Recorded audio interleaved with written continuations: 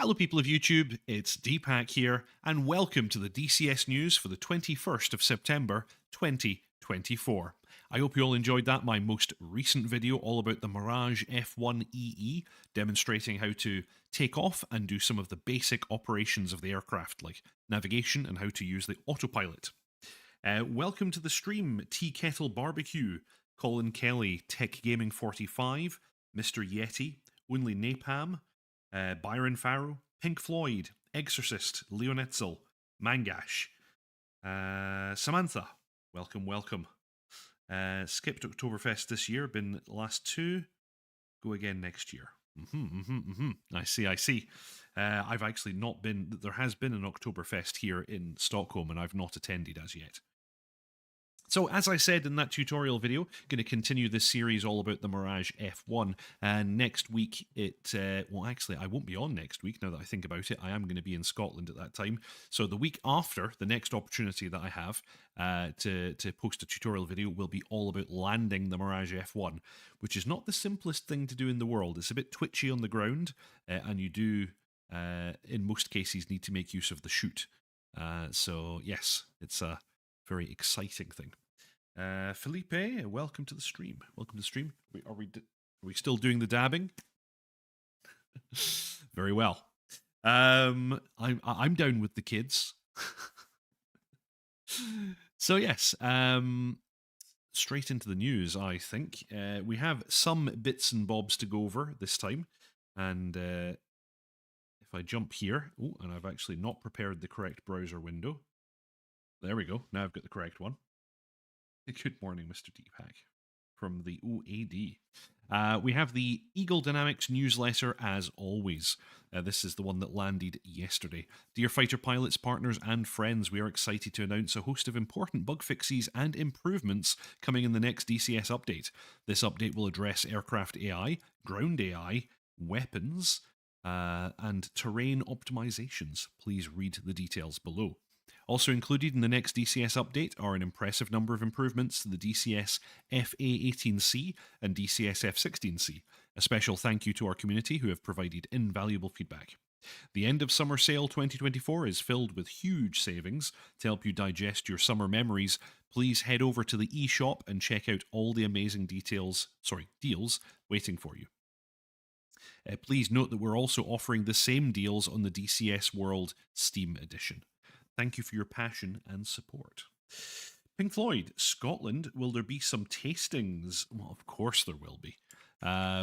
Yes, I'm very excited about the food and drinks available when I'm in Scotland. Mr. Yeti, chat vote. It's sale, so should get M1 or Viggan. I'm guessing you mean F1. Both are excellent aircraft. It depends what mission types you're looking to go for, because the Viggan, of course, is a great air-to-ground platform. That's it's very, very good for that kind of stuff. It's also good for anti-shipping. It's good for precision bombing. I would say the F1 is mostly an interceptor, but is also capable of some kind of austere air-to-ground combat as well. So it depends what you're trying to do. Samantha, yes, it's a VAF meeting in Scotland. Kind of. It's certain members of the VAF who just happen to all be in Scotland at the same time. So we'll be partaking in that. And Samantha recommending the F1. Byron recommending the Viggan. I find it very hard to say because I really enjoy both. And of course, I've already done a series all about the Viggan and I cover all of its amazing capabilities. But there is, of course... I'm doing the series on the F1 now as well, and there's a lot of really cool stuff you can do with the F1. So, yeah, as I said, really depends what mission profiles you're looking to cover. Both are a lot of fun. So, getting back to it. The DCS update preview, what to look out for. Get ready for a wealth of DCS improvements that will add new features, resolve bugs, and optimize performance, especially in multiplayer environments. Here's what you can look forward to. Aircraft AI and Ground AI. The latest update will include fixes and improvements to both aircraft AI and ground AI behavior. For aircraft, issues such as cargo doors on the AI Mi-8 helicopter remaining open during transportation tasks and helicopters having difficulty landing will be fixed. The carpet bombing task will work correctly when a priority target is set and weapons are free. Additionally, fighters will perform better in cruise missile interception scenarios. For ground AI, bridge crossing is being improved. That's been a long time coming, with route following behavior. The BTR-80 and BTR-82 will deploy a bow wave shield when crossing water. Please stay tuned for the upcoming changelog. Byron Farrow, oh yeah, you said Viggan. Eagle Wings, a good evening to you all. Pink Floyd, Viggan is fun but very quirky. Mangash, Viggan is great at CVIT. Yes. Stuart McLean, salute aviators. Yes, indeed.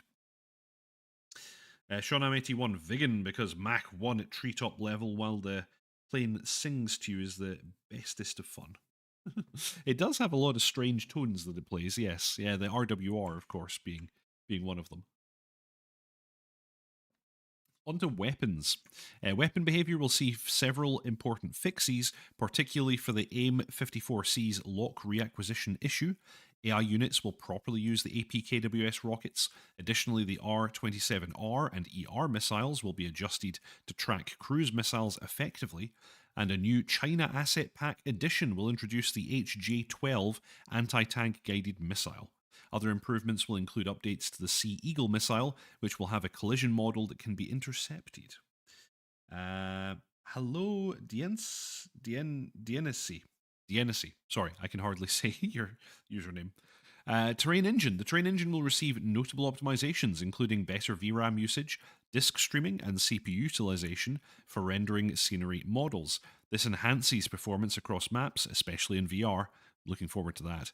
Additionally, issues like crashes at mission start in certain maps, Afghanistan, Kola, and Sinai, and graphical artifacts when zooming or panning in map modes have been addressed.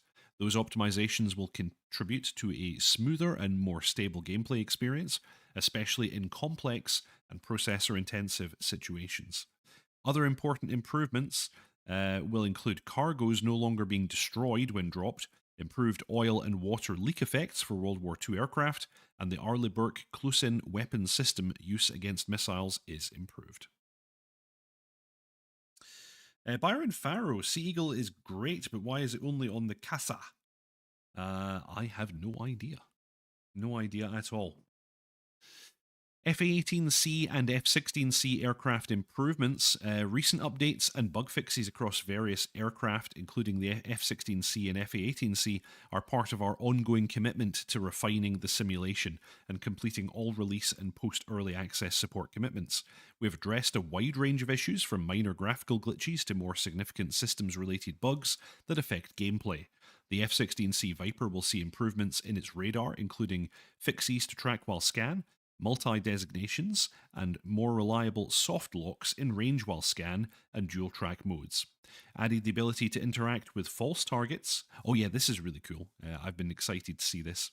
Corrected hotlines and improved pulse Doppler tracking for ground pounders. Maverick slaving to the sensor point of interest issues will be addressed.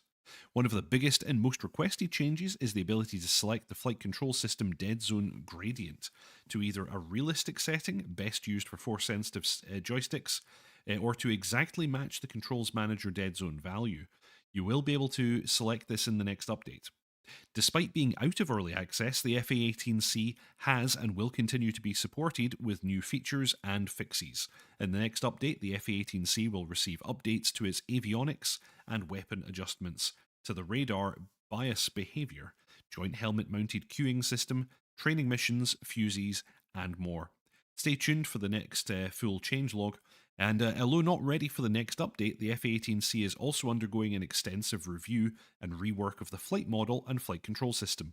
Other F-18C features are still planned for the project, like the multi-sensor integration features, loft symbology, and data or JDAM and JSO, and the Mark 11. So a bunch of really cool stuff coming to the F-18 and F-16. Byron Farrow, Seagull, yeah, we already said that. Daniel Lauk, Hello, hello.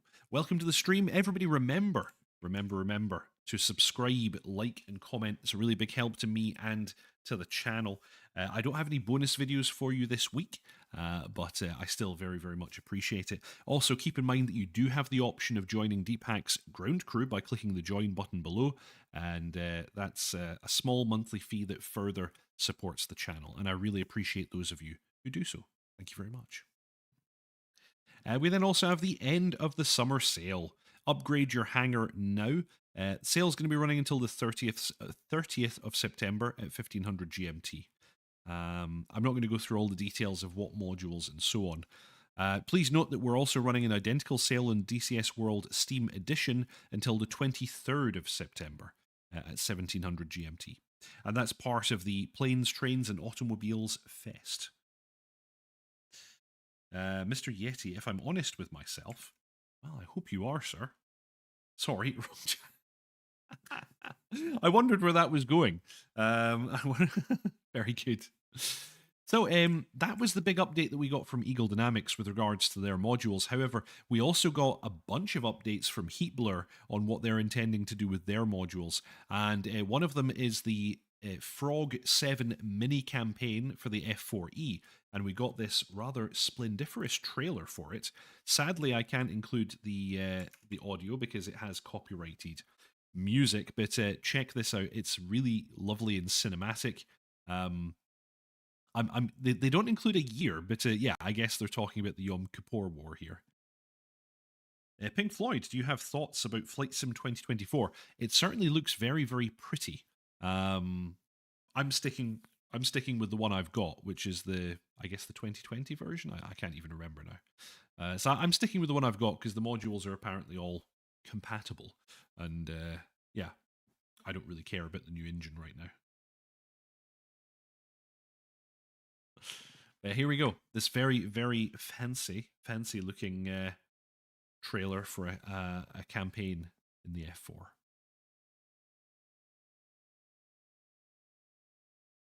Seems like there's some good voice acting in this one. F4s whizzing around doing their thing.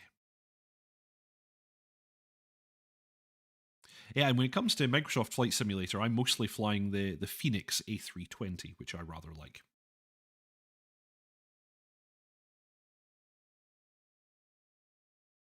Some M60s, I guess, doing their thing.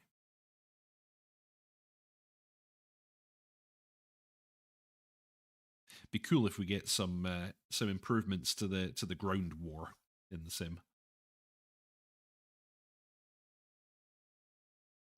Yeah, lots of whooshing and exploding. Sim Racer. Hey Deepak, you're really farting sparks. Okay. I'm going to assume that's a compliment. I've got no idea what that means. But thank you very much indeed. And yes, Frog 7 F4 mini campaign. That's what we've got coming up. And more than that, we actually had this post in the Eagle Dynamics forums from Iron Mike of Heatblur talking about all the things they're going to be doing. Now, I probably can't sort of talk through all of these because it's an absolutely massive post. However, I'll hit some of the main points. We're of course getting a bunch of updates to the F4, systems improvements and features. We prepared a long list of bug fixes, systems improvements and new features for this update. As many of you requested, we finally added brightness control logic for the UHF repeaters. This improves the visibility across various lighting conditions, enhancing pilot experience in different operational environments. Furthermore, individual backlighting has been added for the WRCS altitude and range placards based on this selected delivery mode. This backlighting will now indicate which of those is actively in use, bringing more situational awareness during flight. Night operations have also received attention with the addition of the backlighting for the Wizzo ECM and KY28 panels, improving visibility in low light scenarios. And if we go ahead and click here, we can see some pretty screenshots of exactly that. Stuart McLean, mini campaign preludes to a larger one. Sim Racer, I'm just revisiting your Harrier tutorials, which are super helpful. That's great. I'm glad you find them. So hopefully the Harrier lives long. Yeah, I'll talk about this a little bit later. But we have actually have some strange countdown showing up on the RAZBAM website, and I'm worried that can't be anything good. But yeah, I guess we'll see. Anyway, returning to the Heatblur news, we also have news about the RWR. Significant updates have been made to the RWR. The RWR now detects active radar homing missiles, providing pilots with earlier and more accurate warnings of inbound threats. The RWR database itself has been updated to include new and previously undetected threats, making it a more reliable tool during combat operations. In addition, we've introduced new handoff sounds for emitters, which include the AIM-120, AIM-54, R-77, and Tornado platforms, allowing pilots to better manage their responses to multiple threats. Finally, the ALR-46 RWR target separator button is now working. It lets you adjust the way the contacts are displayed to avoid symbols overlapping in environments that are highly saturated with emitters. We're getting new weapons. Weapon systems for the F4E have also taken several updates. The BDU-33 practice bombs have been added to the inner wing pylons, offering pilots the opportunity to practice their bombing runs with increased realism. We've replaced the GBU-24B/B Navy variant with the more accurate GBU-24A/B Air Force variant, ensuring that the correct ordnance is modelled. For those flying the German F4F, we've introduced the BL-755 and SAMP 250kg LD bombs mounted in TERs, accurately representing the specific loadouts used by the German Air Force. We've also included a visual-only ACMI TACTS pod, adding the authenticity of the aircraft's visual representation without functional implementation. Furthermore, we have fine-tuned the sight depression limit, adjusting the mechanical range from negative 225 mils to negative 250 mils, offering more flexibility in targeting. Along with these changes, we have fixed issues with the sight reticle range bar, ensuring it correctly indicates ranges in different modes. War games. Hey, Deepak, have you heard the new weapon coming to the Jeffy? I have not. Tell me all about it. I didn't know anything about this. Nice to see updates still coming to the Jeff. I think it's a very, very fine aircraft. Jester AI navigational update. Jester has received significant updates in this release, most importantly improving his navigational capabilities. Support for special waypoint types has been introduced, which can now be set up through either the Jester wheel or the mission editor. These weapon types include identification points, targets, visual identification point or nav fixes, cap station between two subsequent cap points, and QNA to set the desired vuln time. Fence in, fence out, home base, alternate, allowing a more sophisticated mission planning and execution. And this is actually basically the system they had with the F-14 as well, which is pretty cool.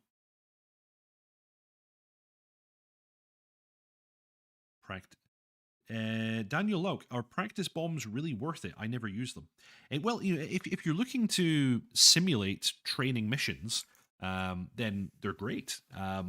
We use them in the VAF occasionally. It is a bit of fun. A useless mango. Next update, the JF-17 is getting the CM400 AKG with 150 nautical mile range. It's a GPS plus INS guidance, peak speed Mach 4 to 5. That sounds brilliant. I will definitely be making a bonus video about that when it lands, because I really like the JF-17, and it's nice to see cool new stuff like this being added to it. Nice. Mr. Yeti, they've taken the DCS stuff off their website too. RAZBAM, that is. Okay, that sounds a bit worrying. Actually, because we're speaking about it, I'll very quickly show you this. There's been a number showing up on... let me jump back a little bit. This number has been appearing on the RAZBAM website, and it's been counting down. I think it will hit 0 on the 29th or the 30th of this month. Given the situation between RAZBAM and Eagle Dynamics, I can't imagine this is anything good. So I don't know what it's counting down to, but yeah, not great. And yeah, you see that if we go through legacy products, none of the DCS stuff is showing up. So that's a bit worrying. That's a bit worrying. I guess we'll see. Actually, what is this? VR Ginners. I've actually never noticed this before. Next generation pilot training. Okay, interesting. I don't know anything about that. Channel Right, hello, welcome. Oh, they have a booth at the Tokyo Game Show. Cool. War Games. It's an air-launched ballistic missile. Pretty nice, if you ask me. It's called what we said there. So far, all news about it have been on the Chinese social media, whatever that says. Cool. Okay, that sounds like fun. I won't go further into the Jester thing, but yeah, they're getting a whole bunch of really cool stuff. He'll also be able to help you take INS updates as well. They've reworked the entire INS alignment procedure. That's kind of cool as well. There's a bunch of bug fixes going on. And then the DCS F-14, that they've done some major overhauls of the F-14 in the last few updates, mainly with regards to sound, which is really, really exciting. For the F-14 Tomcat, we've made several important updates to systems, weapons, controls, and more. One significant fix addresses an issue in nav grid mode, where true bearing was incorrectly displayed instead of magnetic bearing. We've also updated the TID repeater on the pilot's HSD, which now functions properly when the Rio selects TV mode. Laser code settings have been removed from the kneeboard and mission editor, aircraft properties, and you should now use the new few settings for configuring these codes in the DCS rearm menu. Weapon adjustments for the F-14 include correcting the Lau-10 Zunipod's mass, reducing its weight by 150 kilos to reflect the correct loadout specifications. Unnecessary fuse settings for the BDU-33 practice bombs have been removed. We've also made the TARPS pod compatible with a wider range of munitions, including the Mark 82, Mark 83, GBU-12, and GBU-16, offering more flexibility for mission planning. Several fixes have been made to resolve corrupted weapon names in the Jester Ordnance menu, and we've aligned the default payloads between the two Tomcat variants to ensure consistency. Fixes to cockpit controls. In addition to these updates, we've also added a first new set of basic instant action missions for Afghanistan, with more to follow. Big thanks also to Kaba for an overhaul of the Cage the Bear campaign. Please note that older obsolete versions have been removed to keep the maintenance slim. Tim Taylor, howdy boys. Pink Floyd, RAZBAM really seem to be a bunch of asterisks sometimes. Byron Farrow, more specifically, Ron Zambrano is a bit of an a-hole in my opinion. Okay. Okay. I don't have anything to add to that. Eagle Wings, when is the next DCS update coming in? Actually, I did check the forum post just today, and there is no announced date as yet. However, I would expect one to drop this month. Byron Farrow, I don't know the ins and outs of this case, but yeah, that can't help. Very well, very well. We also have updates coming for the Viggan. The AGS-37 Viggan has received updates and bug fixes to improve both realism and gameplay. We've updated the airfield database to include support for the new Cola map and increased the maximum number of airfield reference codes to 98. This is going to be hard. The Bereds Skapsvarning warning is now enabled on the landing PO mode, adding more accuracy to emergency operations. Pilots can now select how ref codes are generated through a newly added special option, allowing for more customized mission setups. Several critical bug fixes have been implemented. I won't go through all of those. As with the other modules, new instant missions have been added for the Afghanistan map, and existing ones updated to reflect the latest changes. Mission makers now have the option to filter out FARPs from the ref code list by adding -ref- to the unit name, allowing for more refined mission design. The manual has also been updated to provide comprehensive guidance for these new features. So, Q3 2024 and what the future holds. The rest of the year is already packed full with tasks for the team as we continue our efforts on the side of the release for the Viggan and the F-14. The Eurofighter, of course, and more. We're currently wrapping up the A-6 AI development, which we hope to bring to you in one of the next updates. That's very exciting. And we hope that we can bring the early F-14A2 before the end of the year as well. Really excited to see that one. That would be a nice stand-in for the Iranian Air Force. Beyond that, we will of course have more in-depth updates for you in the development of our various modules as the year keeps moving forward. We want to extend our heartfelt gratitude to our dedicated community for your ongoing support and invaluable feedback. Your passion and engagement continues to inspire us to extend our efforts in delivering the highest quality simulation experience possible. So that's the big updates coming from Heatblur. Heatblur, of course, being one of the best module makers, I would say. Mr. Yeti, someone was doing an overhaul of the Huey textures. Did you cover it last week? No, I didn't know about that actually. Sim Taylor, I guess more RAZBAM news. Yes. Just to reiterate, there's a countdown on the RAZBAM website, which is going down each day, and it looks like it will hit 0 on like the 29th or the 30th of this month. Can't imagine that's anything good. Given the current situation. But who knows, maybe they're simply announcing a new product. That's also possible, because they continue to develop stuff for Microsoft Flight Simulator, is my understanding.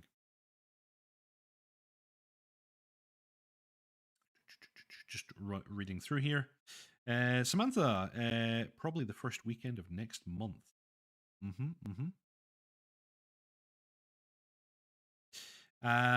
Stuart McLean, why the flip-flop on multi-threading?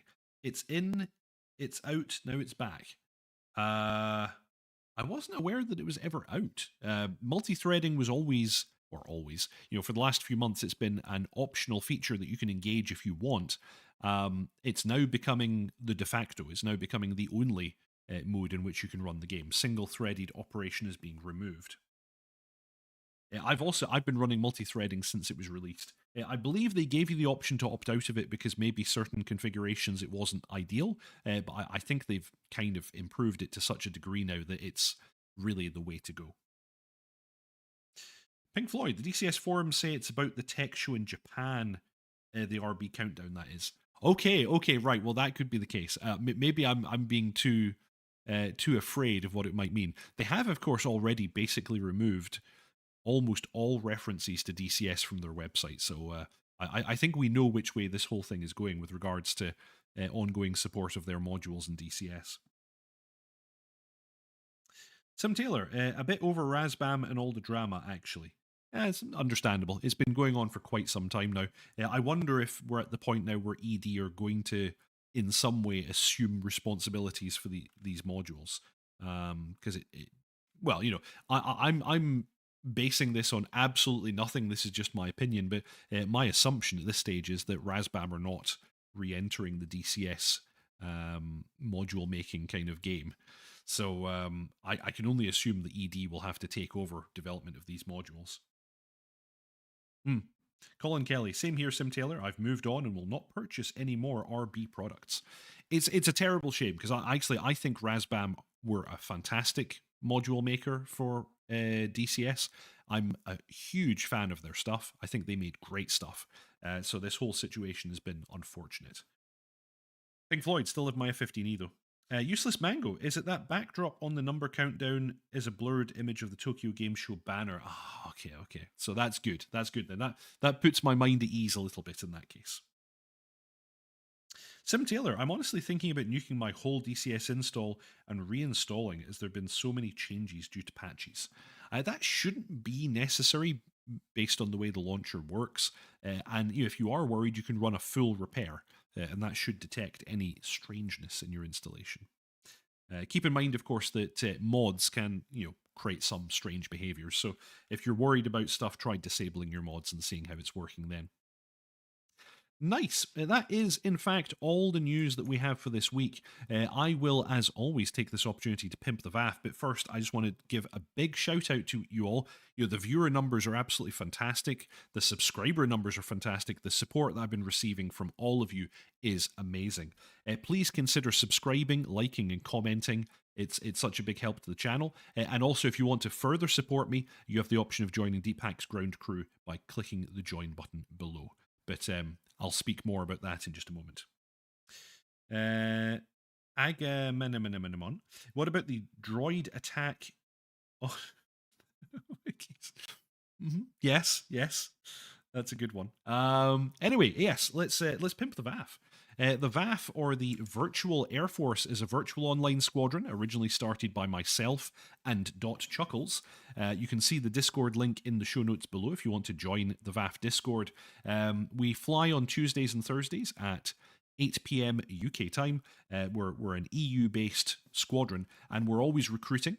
We're currently looking for pilots for the Harrier, the F-14, the F-16, the F-18, and we have a joint rotary squadron.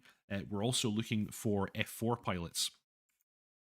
And as always, we're also looking for mission makers, livery makers, ATC people, all kinds of people. Everybody is welcome on the VAF Discord, whether you fly with us or not. Please join us. It's a lot of fun. Tuesdays and Thursdays, 8 p.m. UK time. We're also doing some stuff on Sundays these days as well, so check that out. But that's the VAF, or the Virtual Air Force. Mr. Yeti, join the ground crew. I get a warm and fuzzy feeling each month when YouTube when YouTube takes my couple of quid. Yeah, it's about the cost of a cup of coffee. That's all I ask, and it's a really big help in me making this content. I hope you'll appreciate it. I really appreciate all of you, and thank you very much for your support. So this is the point where I should actually give a big shout out to the ground crew. So thank you very much to all of you who are ground crew members. That is Auto Thrust Blue, Channel Right, JR Walker, Fish Canal, Mr. Yeti, Bread, Tier Zero, Sean Am81, John Blur, Tea Kettle Barbecue, Whiskey Dale, Stuart McLean, Mangash, Exorcist, Frantic, Michael, Wilzo845, A Balance, Byron Farrow, Osprey, Squeaky, Pink Floyd, and Samantha. Thank you very, very much to all of you for your continuing support. So yeah, I've been Deepak. Every Saturday at 6:30 p.m. UK time, I post a new tutorial video. Currently, the series is all about the Mirage F1. And I won't be here next week because I'm going to be in Scotland, but the week thereafter, I'll be posting a video all about how to land the F1, because that's not the easiest thing to do. Those tutorials are always followed by the DCS news, which just happens to be this thing, what you're watching right now. Thank you all very, very much for watching. Fly safe, and I'll see you all next time. Ta-ta.